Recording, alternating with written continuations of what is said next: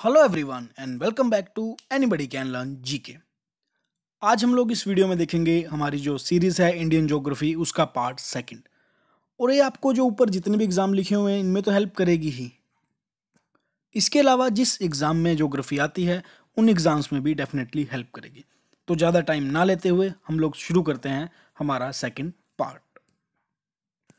और ट्राई कीजिएगा कि आप लोग इस जो सीरीज़ है इसको सीक्वेंस में देखें, यानी कि पार्ट पहले आ चुका है फर्स्ट, तो यहाँ पे एक आई बटन आएगा, पहले जाके वो देखिएगा फिर जाके सेकंड पे आएगा, क्योंकि हम ऑनगोइंग जो है सीरीज़ जो हमारी एक तरह से अभी जनरल इंट्रोडक्शन था फर्स्ट पार्ट में, अब सेकंड में हम लोग जो है फिजिकल डिवीजन के बारे में बात करेंगे, फिर सो ऑन ऐसे चलते रहेंगे। तो पहला पार्ट ज़रूर देखिएगा फिर ही दूसरे पे आइएगा।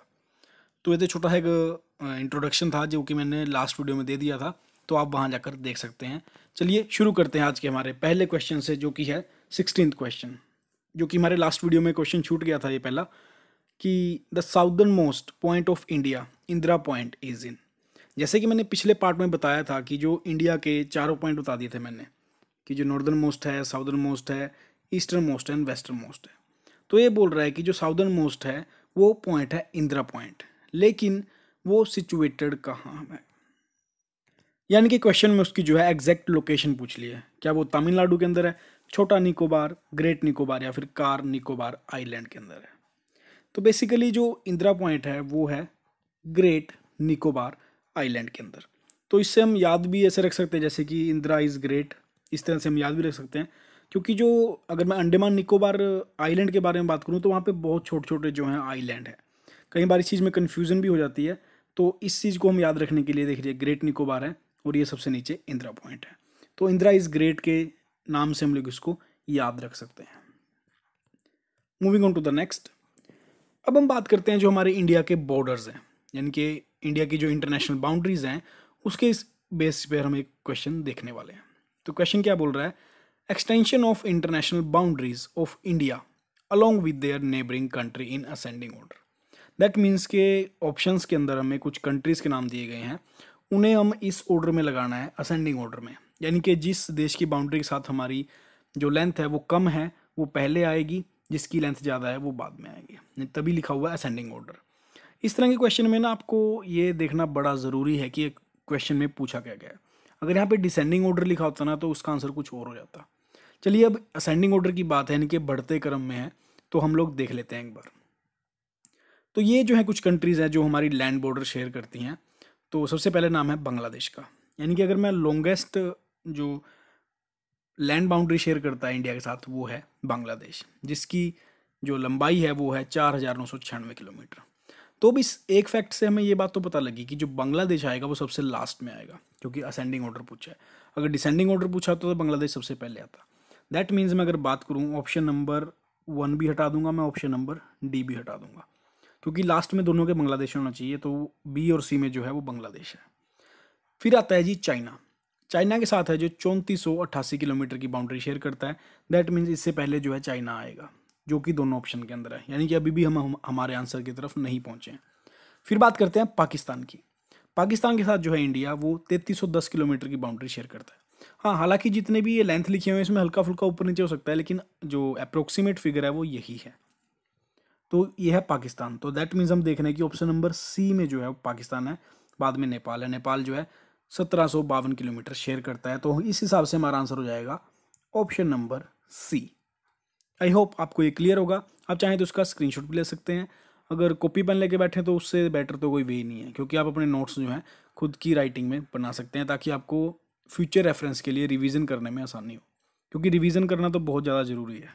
अगर आप लोग एक बार पढ़ के सोच लेंगे कि हो गया, तो गलत थिंकिंग है ये।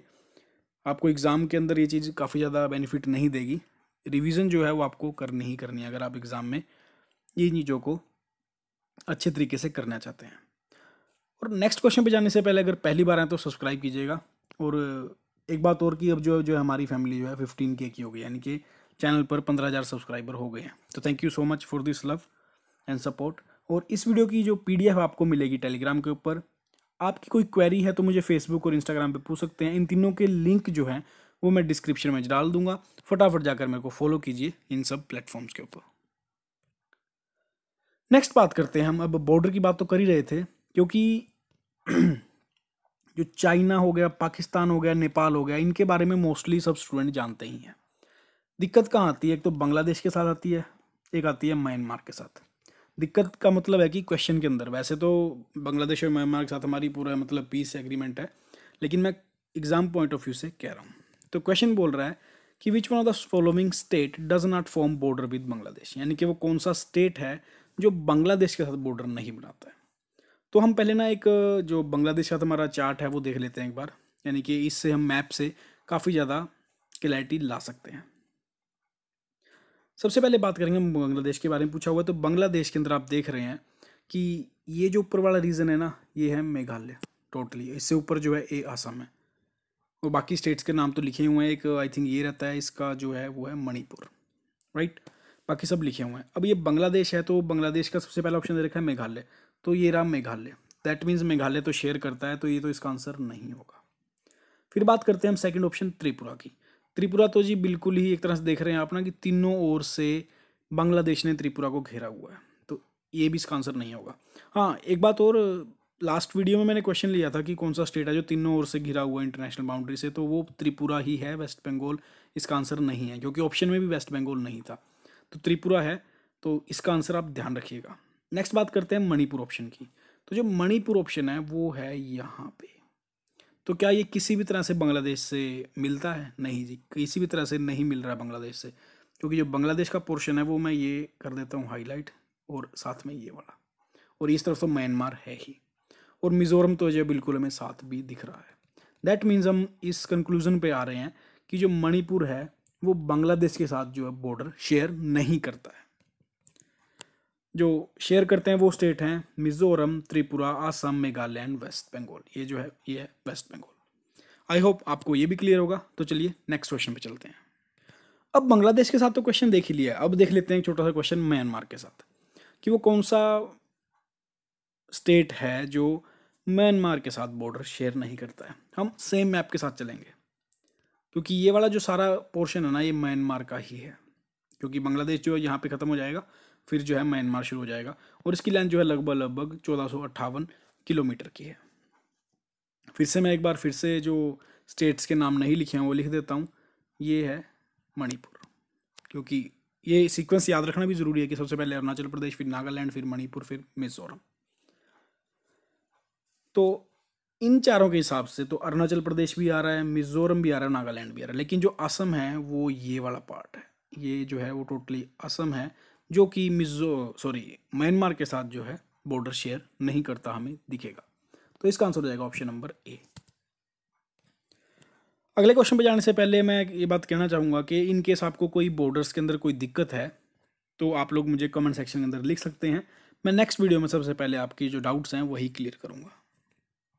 एक बार नेक्स्ट क्वेश्चन पे जाने से पहले ना, कई बार ना इंटरनेशनल बाउंड्रीज के अंदर ना यूएसए और कनाडा के बारे में जरूर पूछ लेते हैं कि इन दोनों के जो बॉर्डर शेयरिंग है उस बाउंड्री को क्या नाम दिया गया है। तो ये नाम दिया गया है जी 49th parallel line, 49th parallel line. लेकिन इसको याद करने का तरीका सबसे बढ़िया भी क्या है, क्योंकि पूछा हुआ है कि यूएसए और कनाडा के बीच में तो जो पैरेलल लाइंस हैं, अगर मैं एक लाइन ये और एक लाइन ये यानी कि पैरेलल लाइन बना देता हूँ तो ये बन जाता है जी 49th। तो हम बोलेंगे कि यूएसए और कनाडा के बीच में जो बॉर्डर लाइन है उसका नाम है 49th पैरेलल लाइन। हालांकि ये जो ट्रिक है ना, मैंने किसी यूट्यूब चैनल के ऊपर देखी थी, तो सोचा याद थी मेरे को, तो सोचा कि आप लोगों के साथ शेयर कर दूं, हो सकता है एग्जाम में आए तो आप लोग आराम से इसको देख पाएँ। नेक्स्ट क्वेश्चन देखते हैं। द इंडियन सब continent was originally part of a huge mass called, यानी कि जो हमारा इंडियन सब कॉन्टिनेंट है वो ओरिजिनली किस चीज़ का पार्ट था। हम जानते हैं कि अभी तो हम एशिया का पार्ट हैं, लेकिन ओरिजिनली बात करें तो हम पार्ट थे गोंडवाना कॉन्टिनेंट के। अब मैं थोड़ा सा हिस्ट्री के पीछे जा रहा हूँ, यानी कि मैं लगभग 200 मिलियन साल जो है पीछे जाने वाला हूँ। तो आपको समझाने वाला हूँ कि हम गोंडवाना से एशिया की तरफ कैसे आए। तो अगर मैं 200 मिलियन साल थोड़ा पीछे चला जाऊँ तो उस समय पर क्या था, जो इतने अभी 7 कॉन्टिनेंट है वो नहीं थे। बेसिकली क्या था, एक ही कॉन्टिनेंट था, यानी कि उन सातों को मिला के जो एक कॉन्टिनेंट बनता तो एक ही था। उस समय पर ये साथ में बटा नहीं हुआ था, जिसको कि पेंजिया बोलते थे, और एक ही सागर था जिसको कि पैंथलासा सी बोला जाता था। लेकिन अगर मैं बात करूं कॉन्टिनेंटल ड्रिफ्ट थ्योरी की, जो हमारी प्लेट्स हैं, यानी कि जो मूवमेंट होती रहती है प्लेट्स के अंदर, उन मूवमेंट के कारण जो है अर्थ के जोग्राफिकली चेंजेस जो हैं वो आते रहते हैं। अब आफ्टर दैट जब जैसे ही इन प्लेट्स की मूवमेंट होनी शुरू हुई तो जो पेंजिया था, ये टोटली जो पेंजिया है ये दो पार्ट में डिवाइड हो गया। पहला पार्ट था Laurasia, second one is Gondwana. हालांकि कई बार इसको जो है अंगारा लैंड भी बोल देते हैं ऊपर वाले पार्ट को। और साथ में एक सी का निर्माण हुआ जिसको हम टेथिस सी जानते हैं। यानी कि अब एक चीज़ की होगी, पहले क्या था कि एक ही कॉन्टिनेंट था और एक ही सी था। अब क्या हुआ कि ये दो में बट गया और एक टेथिस सी जो है पिक्चर में आ गया। अब जो ऊपर वाला पार्ट है लोरेशिया, इसमें हम देखने को क्या देख रहे हैं कि लोरेशिया से क्या बनता है जी बाद में, क्योंकि ये प्लेट जो है प्लेट टेक्टोनिक थ्योरी के हिसाब से जो प्लेट्स जो है इनकी मूवमेंट चलती रहती है आपस में, और कभी एक दूसरे से दूर जाती हैं, कभी बिल्कुल ही पास आके एक दूसरे से टकराती हैं। तो इसी हिसाब से जो है मूवमेंट होती है, यानी कि ज्वालामुखी भी जो है इसी इन्हीं हिसाब से फटते हैं, जो अर्थक्वेक है, भूकंप है, वो भी इसी के हिसाब से आते हैं। तो जो लोरेशिया से बना इनकी मूवमेंट के बाद, और ये एक ऐसा भी नहीं है कि भाई ये एकदम से ही हो गया, ये पलक झपकते ही से ये सब हो गया, इनको होने में बहुत सारे साल लगे हैं। तभी मैं 200 मिलियन साल पीछे जा रहा हूँ, मैं 10-20 साल या 50 साल 100 साल पीछे की बात नहीं कर रहा। और ये मूवमेंट भी जो है धीरे धीरे हुई है। अब लोरेशिया से जो कॉन्टिनेंट बने बाद में वो था नॉर्थ अमेरिका, इधर से आप देख रहे हैं एशिया, फिर यूरोप, फिर आ गया एशिया। लेकिन अगर मैं गोंडवाना लैंड की बात करूं तो इससे जो है लगभग साउथ अमेरिका बन गया, अफ्रीका बन गया, हमारा इंडिया बना, अंटार्कटिका बना और ऑस्ट्रेलिया बना। अब फिर से अगर मैं प्लेट टेक्टोनिक थ्योरी के हिसाब से जो प्लेट्स की मूवमेंट होती रही है, तो उस हिसाब से जो इंडिया है, ये वाला पार्ट जो है गोंडवाना लैंड का, ये जाकर जो है ऊपर की तरफ टकराएगा एशियन प्लेट्स के, यानी कि एशिया से जाके टकराया है। तो फिर मैं अगर बात करूं जो इंडियन प्लेट है वो एशियन प्लेट से टकराई, और इसके साथ ही जो है हिमालय का भी जो है एक तरह से मैं कह सकता हूँ कि हिमालय बनने शुरू हो गए थे उस टाइम पे। अब हिमालय कैसे बने? अब मान लीजिए कोई दो प्लेट है, अब मैं लाइव एग्जांपल उसी की लूँगा कि हिमालय कैसे बने। जो एशियन प्लेट है वो इंडियन प्लेट साथ जो जब टकराएगी तो बेसिकली होगा क्या, जो भारी प्लेट है वो नीचे की तरफ सरक जाएगी और जो हल्की प्लेट है वो ऊपर की तरफ चली जाएगी। इसी तरह से बार बार इस प्रोसेस के होने के बावजूद जो था हिमालय जो था एक तरह से बनना शुरू हो गया। और एक आज भी जो ये प्लेट जब भी टकराती हैं तो हल्का सा हिमालय आज भी थोड़ा थोड़ा ऊपर जाता रहता है, क्योंकि हम लोगों ने जब हम स्कूल में थे तो हमने पढ़ा था कि जो माउंट एवरेस्ट है उसकी ऊंचाई जो थी वो ये थी 8848 मीटर थी। लेकिन अगर आज हम चेक करते हैं लेटेस्ट तो ये बन चुकी है 8850 मीटर, और ये जो है आगे भी बढ़ने वाली है। और हिमालय का प्रोसेस जो अभी भी ख़त्म नहीं हुआ है, ये अभी भी चलता रहेगा। तो आई होप कि आप लोगों को समझ आ गया होगा, क्योंकि ये समझाना काफ़ी ज़्यादा ज़रूरी था। क्योंकि अब जो नेक्स्ट क्वेश्चन लेने वाले हैं हम हिमालयस पे लेने वाले हैं, माउंटेन्स के ऊपर लेने वाले हैं। तो इस तरह से आप लोगों को पता भी होना चाहिए, क्योंकि जो भी ये सब चीज़ें हैं ना, माउंटेन बनना, अर्थक्वेक आना या सुनामी आना वगैरह वगैरह, ये सब नेचुरल एक्टिविटी हैं। डिज़ास्टर तो ये हमने अपनी एक्टिविटी से इसको बना दिया। कैसे बनाया वो भी आगे डिस्कस करूँगा। तो इस क्वेश्चन का आंसर क्या हो जाएगा? गोंडवाना कॉन्टिनेंट। अब हम बात करते हैं कि अगर कोई भी हिमालय रेंज नहीं होती, हिमालय रेंज कैसे बनी वो तो मैं बता चुका हूँ, हल्का सा आइडिया आपको दे चुका हूँ। ये बोल रहा है कि अगर हिमालयस नहीं होते इंडिया के अंदर तो जो हमारा जोग्राफिकल इम्पैक्ट जो है इंडिया पे क्या होता। मान लीजिए अभी हिमालय हैं, लेकिन अभी मैं हिमालय को क्वेश्चन के हिसाब से पिक्चर से निकाल देता हूँ। तो सबसे पहली स्टेटमेंट है, most of the country would experience the cold wave from Siberia. Siberia जो है आपको पता है ये रशिया का पार्ट है। तो वहाँ से जो कोल्ड वेव्स आती हैं वो हिमालय रेंज ही रोकती हैं इंडिया में आने से। अगर वो नहीं होगा तो ऑब्वियस सी बात है कि कोल्ड वेव्स जो है साइबेरिया से वो इंडिया के अंदर एंटर करेंगे। नेक्स्ट बात कर रहा है, the Indo Gangetic plain would be devoid of such extensive alluvial soil. यानी कि जो जलोढ़ मिट्टी होती है ना, वो इंडो गंगाटिक प्लेन है, क्योंकि जब भी पहाड़ों से नदियाँ उतरती हैं नीचे ज़मीन की तरफ तो ऑब्वियस सी बात है वो बहुत सारी तरह की जो उसके अंदर मिनरल्स होते हैं वो भी अपने साथ लेके चलती है, और जैसे ही मैदानों पे उतरती है तो वो मिट्टी बिछा देती है, जिसको हम जलोढ़ मिट्टी बोलते हैं। लेकिन अगर हिमालय ही नहीं होगा तो उस तरह से जो उसके ग्लेशियर्स वगैरह हैं तो वहाँ से भी जो पानी है नहीं आएगा। तो ऑब्वियस ही बात है पानी नहीं आएगा तो इंडो गंगोटिक जो प्लेन है उसके अंदर भी एलुवियल सॉइल जो है जलोढ़ मिट्टी नहीं आएगी। यानी कि पहला भी गलत है, दूसरा भी गलत है, मतलब कि ये चीज़ सही है, ये नहीं हो पाएगा। थर्ड बात कर रहा है, the pattern of monsoon will be different from what it is present. यानी कि जो मानसून है, जो अभी पैटर्न चल रहा है, अगर हिमालय को निकाल दें तो उससे डिफरेंट हो जाएगा। तो ये बात तो भाई बिल्कुल सही है, क्योंकि जब भी अगर मैं ये हल्का सा साउदर्न पार्ट बनाऊं, तो जब भी साउथ वेस्ट मानसून जो इंडिया के अंदर एंटर करता है वो हिमालय से टकरा कर ही तो बारिश करता है। अगर हिमालय की रेंज ही नहीं होंगी तो ऑब्वियस सी बात है बारिश भी नहीं होगी। यानी कि अगर मैं देखा जाए एक तरह से, तो ये तीनों ही स्टेटमेंट जो हैं वो सही हैं। तो इस हिसाब से करेक्ट स्टेटमेंट जो है 1 2 3, यानी कि अगर हिमालय नहीं होगा तो ये तीनों चीज़ें पॉसिबल हो जाएंगी। नेक्स्ट बात करते हैं अब हम लोग जो हमारी माउंटेनियस रीजन है उनके बारे में डिस्कस करेंगे और सारे क्वेश्चन जो है लेने वाले हैं। सबसे पहले बात कर रहा था lesser Himalaya is located between. तो बेसिकली जो हमारा हिमालय है ना, वो लगभग इंडिया के इस पार्ट के अंदर फैला हुआ है। यानी कि ये लगभग 12 स्टेट्स के अंदर है। जैसे जम्मू कश्मीर हो गया, हिमाचल प्रदेश हो गया, उत्तराखंड हो गया, उसके बाद हम बात करें सिक्किम हो गया, then after that Arunachal Pradesh, फिर नागालैंड, फिर मणिपुर, मिजोरम, त्रिपुरा, मेघालय, वेस्ट बंगाल के अंदर भी कुछ है और असम के अंदर भी कुछ है। तो यानी कि लगभग 12 स्टेट्स के अंदर ये जो है हिमालय फैला हुआ है। अब बात करेंगे हम लोग कि हिमालय बना कैसे था। ये मैं पहले बता चुका हूँ कि वो इंडियन प्लेट और यूरेशियन प्लेट के कोलिजन से जो था हिमालय बनना शुरू हो गया था और अभी भी बन ही रहा है, वो और भी ज़्यादा जो है लंबाई उसकी जा रही है।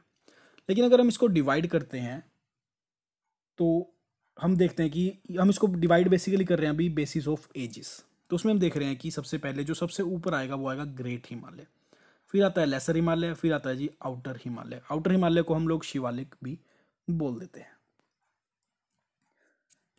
और इनके अंदर जो ग्रेटर हिमालयज है वो सबसे पुराना है। मैं हिमालय के बारे में बात कर रहा हूँ, इंडिया या वर्ल्ड के बारे में बात कर रहा हूँ। यानी कि हिमालयस जो 3 पार्ट में बांटे हैं, ग्रेट, लेसर और आउटर, इनमें सबसे पुराना है ग्रेटर हिमालय और सबसे जो नया है वो है आउटर हिमालय, जिसको कि शिवालिक भी बोला जाएगा। तो इस हिसाब से मैं देख रहा हूँ कि जी लेसर के बारे में पूछा गया था तो किसके बीच में है, तो आउटर यानी कि शिवालिक और ग्रेट के बीच में है। तो मुझे साफ साफ दिख रहा है कि इसका आंसर है option number B, Shivalik and great Himalaya. इसके अलावा अगर मैं कुछ इंपॉर्टेंट पीक्स के बारे में बात करूं, जैसे कि फर्स्ट वाली पीक ये है तो यह है नंगा पर्वत है। उसके बारे में बात करूं, ये है K2। ये अगर आप लोग देखा जाए तो सबसे ऊंची चोटी है इंडिया की। इन केस अगर आपको पूछा जाए कि इंडिया की सबसे बड़ी चोटी, सबसे ऊंची चोटी कौन सी है, तो हम K2 आंसर लगाएंगे। लेकिन अगर ऑप्शन के अंदर K2 ना हो तब हम कंचनजंगा पर जाएंगे। वो इसलिए क्योंकि K2 जो है वो पाक ऑक्यूपाइड कश्मीर के अंदर आता है, तो कई बार ऑप्शंस के अंदर ये चीज़ नहीं मिलती है। अदरवाइज ऑप्शन में K2 है तो हम K2 को ही आंसर लगाएंगे, अदरवाइज जो है हम कंचनजंगा को लगाएंगे। और इनके बीच में जो कराकोरम रेंज है, लद्दाख रेंज है, जास्कर रेंज है, पीर पंजाल कैलाश रेंज है, इन सभी को क्या हम बोलते हैं, ट्रांस हिमालयन रेंजेस बोलते हैं। ये काफ़ी ना इंपॉर्टेंट चीज़ें, याद रखने वाली चीज़ें हैं, तो इनको ध्यान रखिएगा आप लोग। क्वेश्चन का आंसर तो हमें मिल ही चुका था। अब नेक्स्ट क्वेश्चन की ओर देखते हैं हम। ये बोल रहा है कि जो हिमालयन रेंज है उनको साउथ से नॉर्थ की तरफ में लगाओ।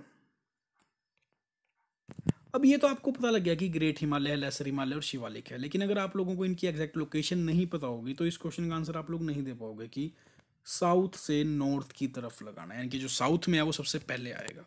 तो साउथ में क्या है जी, वो आउटर हिमालय है। आउटर हिमालय का मतलब क्या है, शिवालिक है। दैट मीन्स शिवालिक आएगा सबसे पहले, तो ऑप्शन नंबर ए और सी तो गायब भी हो जाएंगे। उसके बाद आएगा लेसर हिमालय। तो जो लेसर हिमालय है वो ऑप्शन नंबर बी में ही है जी। तो हम आंसर क्या हो जाएगा हमारा, ऑप्शन नंबर बी। लेकिन अगर यहाँ पे सीक्वेंस चेंज कर देते, इसको नॉर्थ टू साउथ बोलते, तब क्या होता जी, तब हम करते कि फिर हम ऑप्शन नंबर ए को लगाते। जैसे ही इन्होंने साउथ टू नॉर्थ पूछ लिया तो हम ऑप्शन नंबर बी लगाएंगे, यानी कि नीचे से ऊपर की तरफ हमें जाना है। आई होप आपको ये भी क्लियर होगा। उसके बारे में बात करते हैं कि यंगेस्ट माउंटेन चेन कौन सी है। जैसे ही मैंने बात की थी अभी कि जो यंगेस्ट है यानी कि ओल्डेस्ट जो थी हिमालयस के अंदर वो थी ग्रेटर हिमालय, और जो सबसे नई है वो है शिवालिक, यानी कि इसको हम आउटर हिमालय भी बोल देते हैं।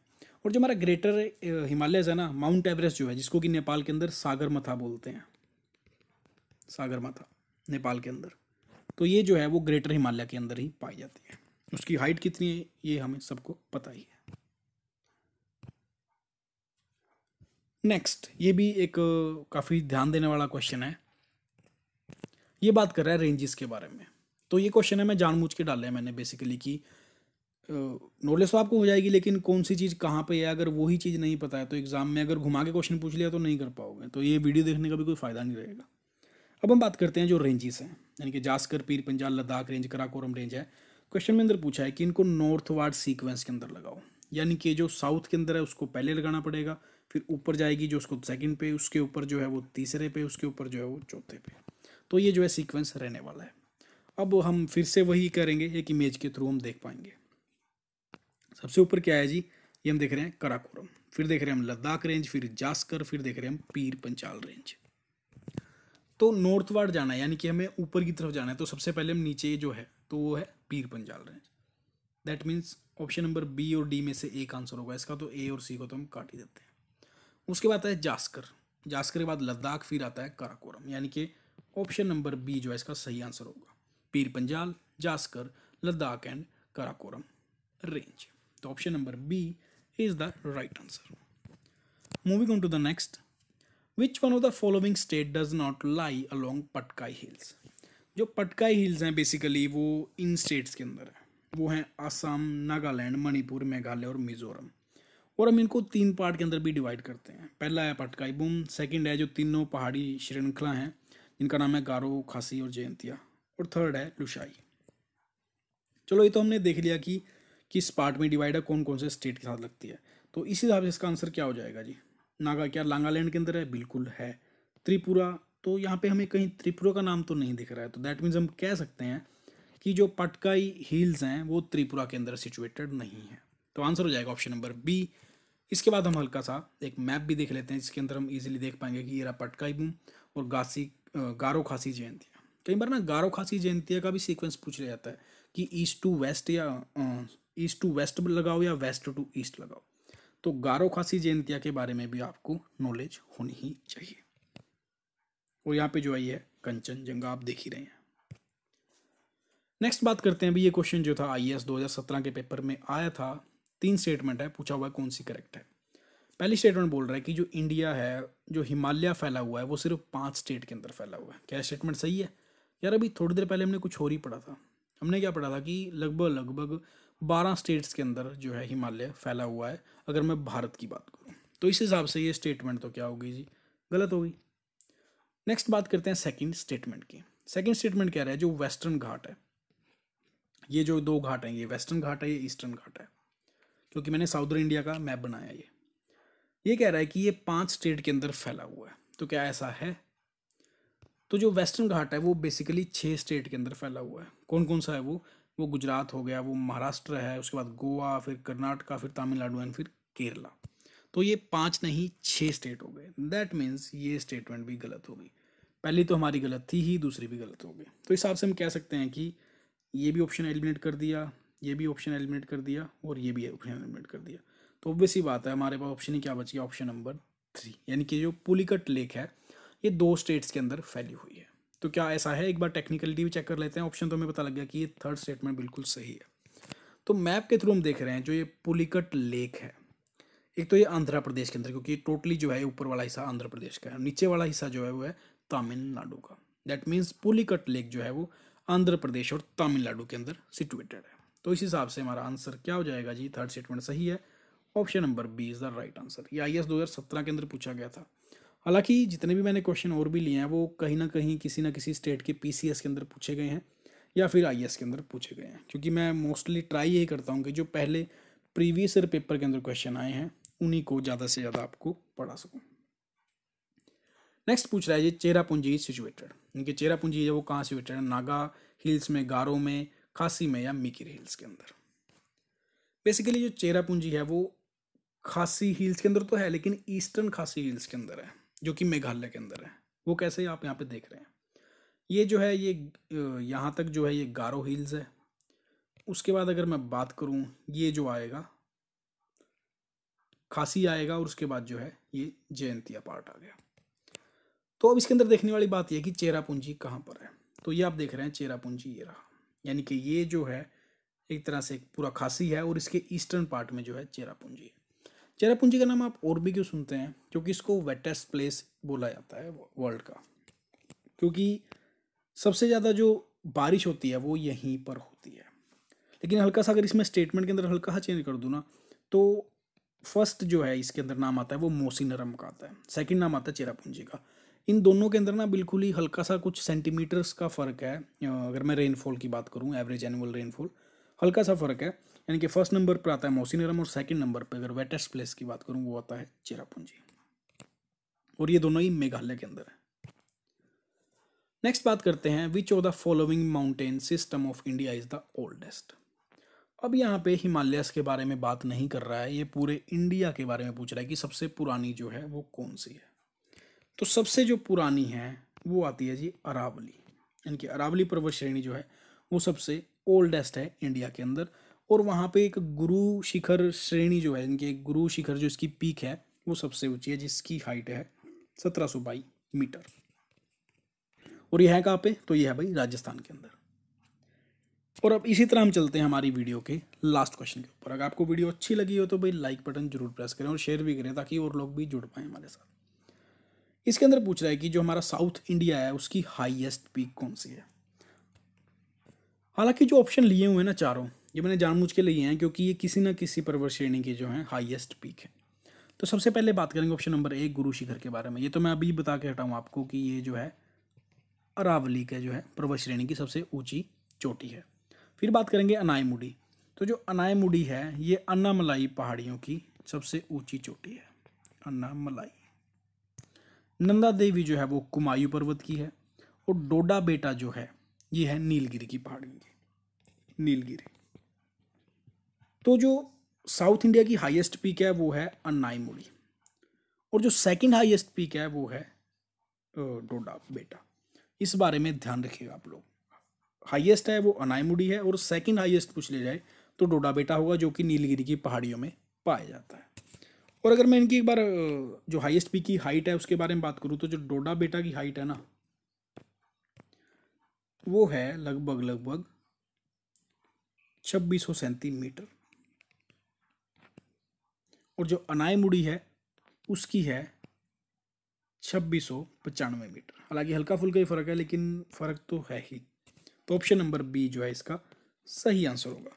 हालांकि वीडियो हल्की सी थोड़ी ज़्यादा लंबी बन गई है, लेकिन अगर अच्छे से समझना है तो ये सब चीज़ों पर ध्यान देना ही होगा। तो वीडियो अच्छी लगे तो लाइक जरूर करें जी और शेयर भी करें। And thanks for watching. अब हमारा नेक्स्ट पैटर्न जो है मैं ट्राई करूँगा कि ज्योग्राफी की वीडियो को ज़्यादा टाइम ना मिले, इसी मंथ में मैं एक पार्ट और अपलोड कर दूँ। और साथ के साथ मैं साइंस के ऊपर भी वर्क कर रहा हूँ और पॉलिटी के ऊपर भी, और पंजाब के कुछ वीडियोज़ के ऊपर तो वर्क ऑलरेडी चल ही रहा है। तो thank you, thanks for watching. जल्दी मिलेंगे। जय हिंद, जय भारत।